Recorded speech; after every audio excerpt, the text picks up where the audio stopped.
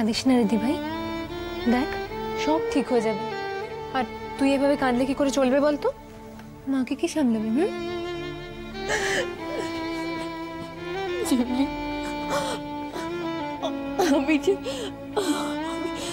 আমি সব ঠিক হয়ে যাবে। কি হলো, ডাকাডাকি করছিস কেন? শোন ছোটদা, তুই কিন্তু আজকে বাড়ি থেকে দুমদাম বেরিয়ে যাস না। কেন? আরে আজ তো ভাই ফোঁটা, আমরা তোকে ফোঁটা দেবো না? এত সব কিছুর মাঝখানে তোদের এসব মনে আছে? বারে, ভাইকে ভাই ফোঁটা দেওয়ার কথা কোনো বোন ভুলতে পারি নাকি? এটা তো ভাইদের মঙ্গলের জন্য দাদা। আমাদের যা মঙ্গল হওয়ার তা হয়ে গেছে।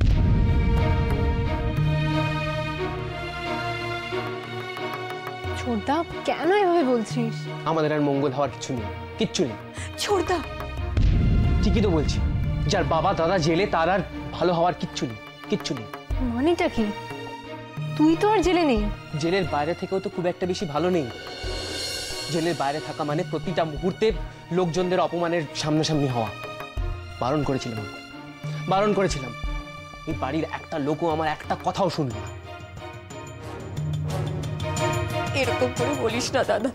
আর কিভাবে বলবো বলতো? হ্যাঁ, এই আজকেই আমার একটা বন্ধুর বাড়িতে নেমন্তন্ন ছিল। চলে যা না। যেতাম, কিন্তু লজ্জায় না যেতে পারছি না। ওখানে সবাই কি জিজ্ঞাসা করবে বলতো? কি যে তোর বাবা দাদা জেলে? ছোটদা প্লিজ, তুই বারবার এরকম জেল জেল কেন বলছিস রে? বাবা এখন লকআপে, জেলে যায়নি। জেলে যেতেও না বেশি সময় লাগবে না। ছোটদা এই চুপ, একদম চিৎকার করবি না, একদম না। এটাই হওয়ার ছিল আর এটাই হয়েছে তোদের জন্য। তোরা মিনিস্টারের পায়ে পা দিয়ে ঝগড়া না করলেও পারতিস। আরে তুই কি রে ছোটদা, তোর বাবা দাদার জন্য একটু কষ্ট হচ্ছে না? কষ্ট হলেই বা কি বল, আমি গিয়ে তো ওদের কষ্টটা কমিয়ে দিতে পারবো না। তাছাড়া তোরা আজকে এই ভাইফোঁটা টাইফোঁটার অনুষ্ঠান বন্ধ কর। এমনি বাড়িতে এত প্রবলেম, তাছাড়া আমাকে একা ভাইফোঁটা দিয়ে করবি কি? আরেকজন তো জেলে। তোরা আজকে সব ভাইফোঁটা টাইফোঁটার অনুষ্ঠান একদম বাদ দে, আমার কিচ্ছু ভাল লাগছে না দাদা, ভাইফোঁটা বন্ধ হবে না। আমরা ভাইফোঁটা দেব, আর শুধু তোকে নয় ছোটদা, আমরা দুই বোনে মিলে পর্দাকেও ভাইফোঁটা দেব।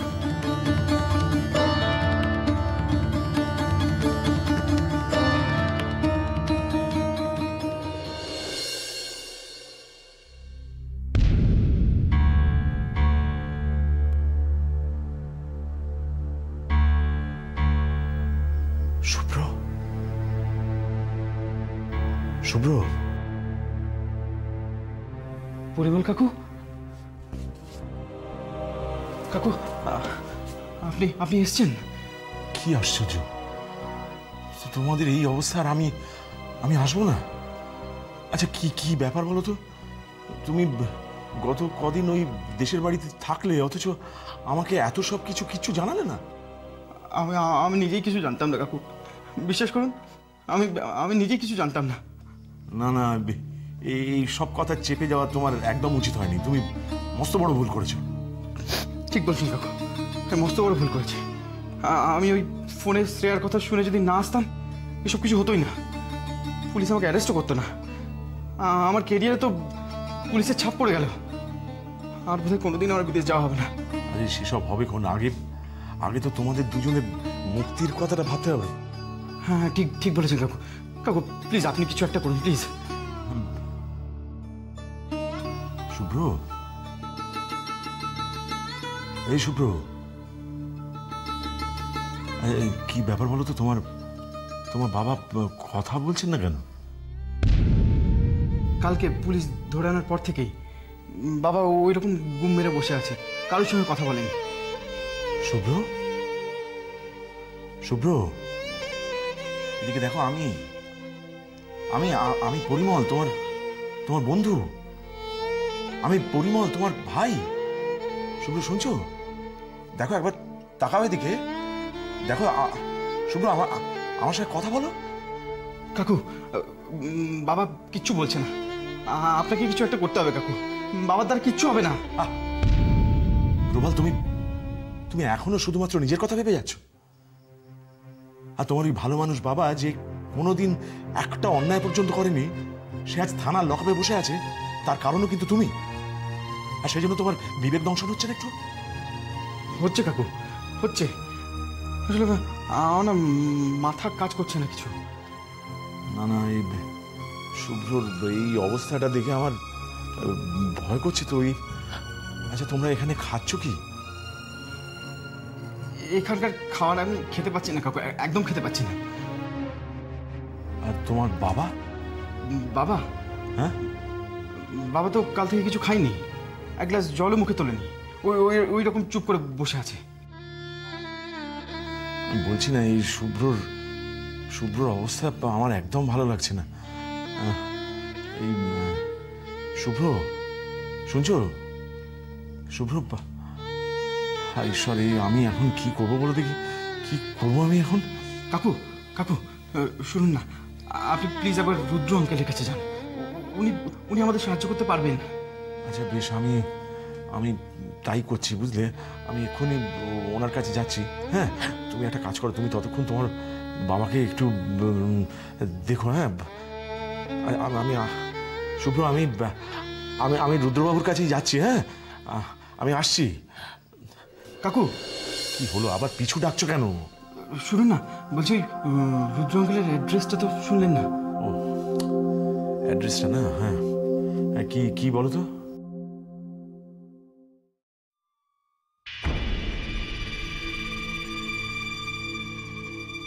পরিমল, গগু যে একেবারে নিজে এসে ফাঁদে পা দিয়েছে।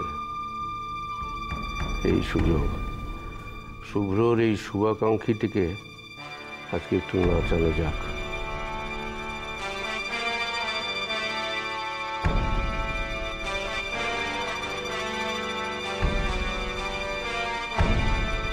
পরিমল না? রুতুদা, আমার ভাইটাকে বাঁচান, ওই শুভ্রকে বাঁচান। ওকে পুলিশে ধরে নিয়ে গেছে রুতুদা। হ্যাঁ জানি, কাল রাত্রেই খবর পেয়েছি। কাল রাত্রে আমার শরীরটা এতটাই খারাপ ছিল যে আমি নিজে থানায় যেতে পারিনি। তাহলে এখন কি হবে রুদ্রদা? শুভ্র যে বড্ড ভালো মানুষ।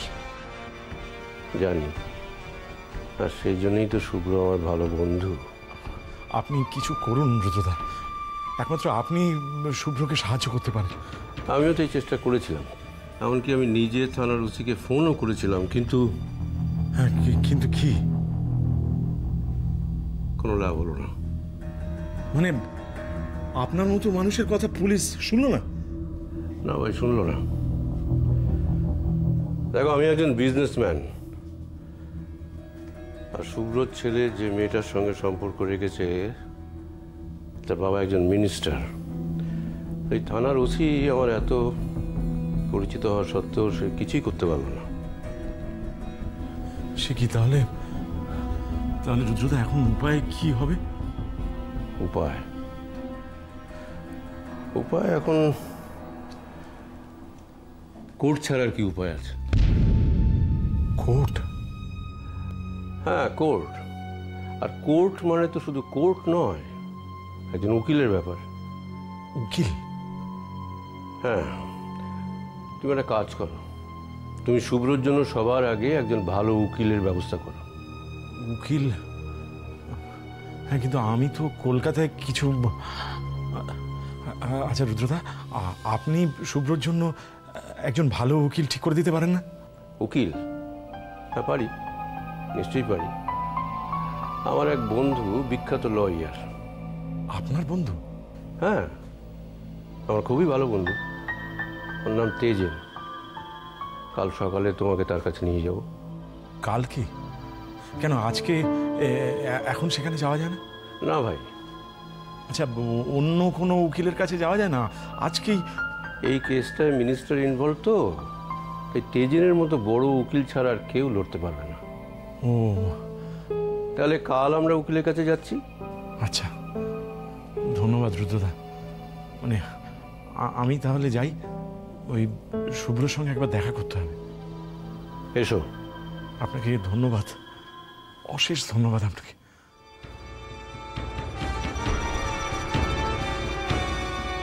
যাও পরিমল, যাও। তোমার বন্ধুকে লক আপ থেকে ছাড়ানোর ব্যবস্থা করতে যাও। কিন্তু পরিমল ভাইটি, এ তো গ্রাম থেকে গাঁট বেঁধে শাড়ি বয়ে নিয়ে এসে বন্ধুকে সাহায্য করা নয়, পুলিশ কেস, কোর্ট কেস। তোমার বন্ধুকে কেউ যদি সাহায্য করতে পারে কিংবা কেউ যদি আরো বিপদে ফেলতে পারে, তাহলে পারে এই রুদ্রনাথ মিত্র।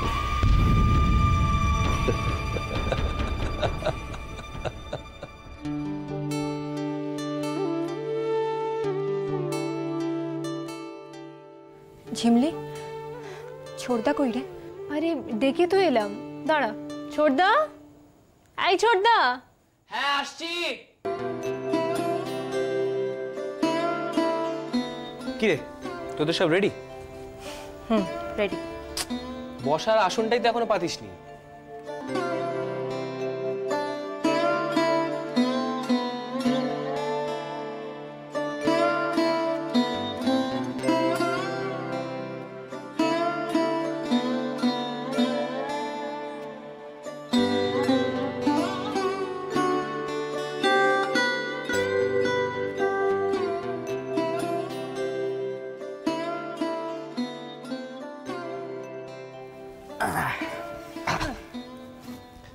সেই কখন থেকে বসে আছি তোদের ফোঁটা দেবো বলে।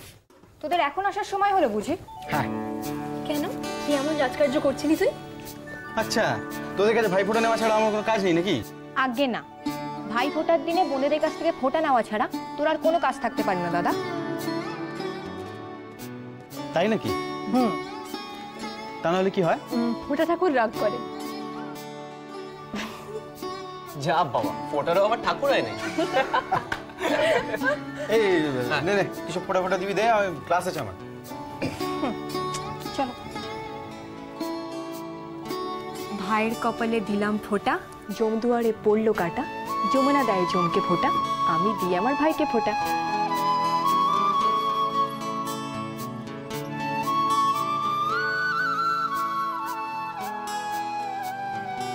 নে। ভাইয়ের কপালে দিলাম ফোঁটা, জমের দুয়ারে পড়লো কাঁটা, যমুনা দেয় জমকে ফোঁটা, আমি দিই আমার ভাইকে ফোঁটা।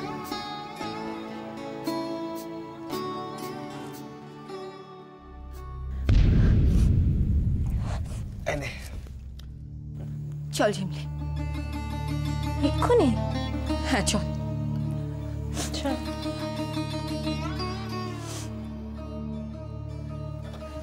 কোথায় যাচ্ছিস? আরে গিফটটা তো নিয়ে যা। আরে চিন্তা করবেন না স্যার, এটা খুবই নর্মাল কেস। আপনি দেখবেন ওই বাপ ছেলেকে আমি ঠিক সাহায্য করে দেবো। আরে আমি কেন, আমার কোনো অ্যাসিস্ট্যান্টই এই কেসে কেল্লাফাতে করে দিতে পারে। No no no, I need you. আমার আপনাকেই দরকার এবং আমি আপনাকেই চাই। ডোন্ট ওয়ারি স্যার, সব আন্ডার কন্ট্রোল থাকবে। তবে যখন থানায় এফআইআর করেছে, তার মানে স্টেটের হয়ে পাবলিক প্রসিকিউটর অ্যাপিয়ার করবে। কিন্তু কিন্তু কি? আপনি যদি প্রম্পট অ্যাকশন চান, তাহলে সিজিএম এর কোর্টে একটা কমপ্লেন ফাইল করতে পারি আন্ডার সেকশন 362 আইপিসি। এক্স্যাক্টলি, আমিও তো সেটাই চাই। বাপ আর ছেলেকে ওই জেলের মধ্যে পচিয়ে মারতে চাই। ইনফ্যাক্ট এখন কিছুদিন ওদের জেলের মধ্যে আটকে না রাখলে আমার মেয়ের উপর কন্ট্রোল রাখাও কিন্তু মুশকিল হবে। তা নিয়ে আপনি ভাববেন না স্যার। আপনি যদি কিছু মনে না করেন, আপনাকে একটা সাজেশন দিতে পারি। কি সাজেশন?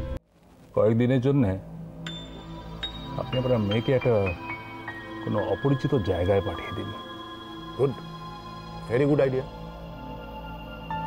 বুঝতে তো পারছেন আজকালকার জেনারেশন, আজকে একটা বায়না করলো, কাল ভুলে গেল, সময়ের সাথে সব ভুলে যায়। খুব ভালো বুদ্ধি দিয়েছেন, এই জন্যই তো আপনার মতো উকিল আমার প্রয়োজন। তবে স্যার আমার মনে হয় এই কেসটা আমার জুনিয়রই লড়বে। কেন? আপনি মানে আপনার যা যা টাকা পয়সার দরকার সব আমি দেবো। না না না না না স্যার, তা বলে আপনি আমাকে লজ্জিত করবেন না। হ্যাঁ, ফাইনাল হিয়ারিং এর দিন আমি অবশ্যই যাব। ডোন্ট মাইন্ড, কিন্তু দেখুন একজন অচেনা অজানা জুনিয়রের ওপর আমি ভরসা করি কি করে বলুন তো? আপনার আমার উপর ভরসা আছে তো? আমার জুনিয়রদের উপর আমার ভরসা আছে।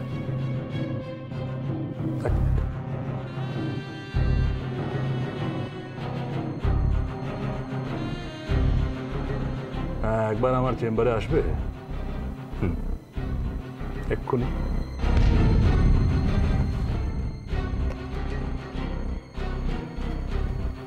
আপনার সঙ্গে এক্ষুনি আলাপ করে দিচ্ছি। আসবো স্যার। হ্যাঁ, এসো।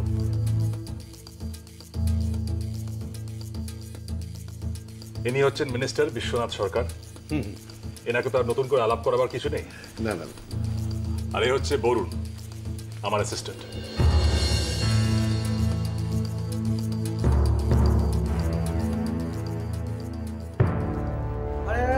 কি হচ্ছে? কোথায় ঢুকে পাচ্ছেন? আরে কি ব্যাপারটা কি? আপনারা এভাবে ঢুকে পড়েছেন কেন? আমরা দাদার সঙ্গে দেখা করতে চাই। মানেটা কি? এখন ওসব দেখা দেখা হবে না। কেন? এটা দেখা করার সময় নয়, তাই। এটাই সময়, এটাই ভাইফোঁটা দেওয়ার সময়। ভাইফোঁটা মানে? আপনি কি আমাদের হাতে এই জিনিসগুলো দেখে কিছু বুঝতে পারছেন না? আজকে ভাইফোঁটা, আর আমরা দুই বোন মিলে আমাদের দাদা প্রবাল চৌধুরীকে ভাইফোঁটা দিতে এসেছি। কি ভাইফোঁটা? এই আপনাদের মাথাটা খারাপ নাকি? কেন? বোন হয়ে দাদাকে ভাইফোঁটা দেব, এতে মাথা খারাপের কি আছে? থামুন, ওসব নাটকের ডায়লগ অন্য জায়গায় ছাড়বেন। যত সব ভাইফোঁটা, লকআপের মধ্যে ভাইফোঁটা দিতে এসেছে। ঠিক আছে, তাহলে আপনি আমার দাদাকে ছেড়ে দিন, আমি বাড়িতে গিয়ে ভাইফোঁটা দেব। মানে ব্যাপারটা কি? এটা কি মামদোবাজি পেয়েছেন নাকি?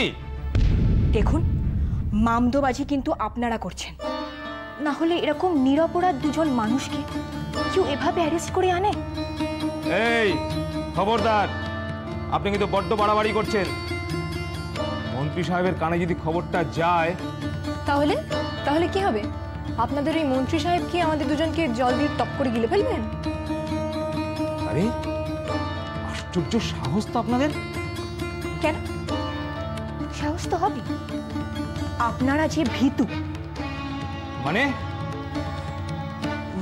এই যে আপনাদের মন্ত্রী মশাই এই পুরো ব্যাপারটাকে গোপন করার দায়িত্ব আপনার কাঁধে দিয়েছে।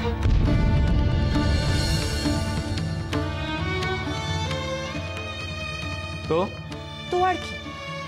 দেখুন, আপনি যদি আমাদের ভাইফোঁটা না দিতে দেন তাহলে কিন্তু তাহলে আমি এক্ষুনি এখান থেকে বেরিয়ে খবরের কাগজের অফিসে যাব।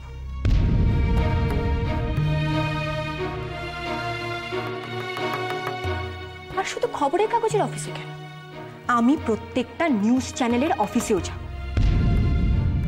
আর মন্ত্রীর মেয়ের এই বাড়ি থেকে পালানোর ব্যাপারটা পুরো রাষ্ট্র করবে। তখন কি হবে? আপনার চাকরিটা থাকবে তো? কি করবেন তখন আপনি? চটপট ভেবে বলুন।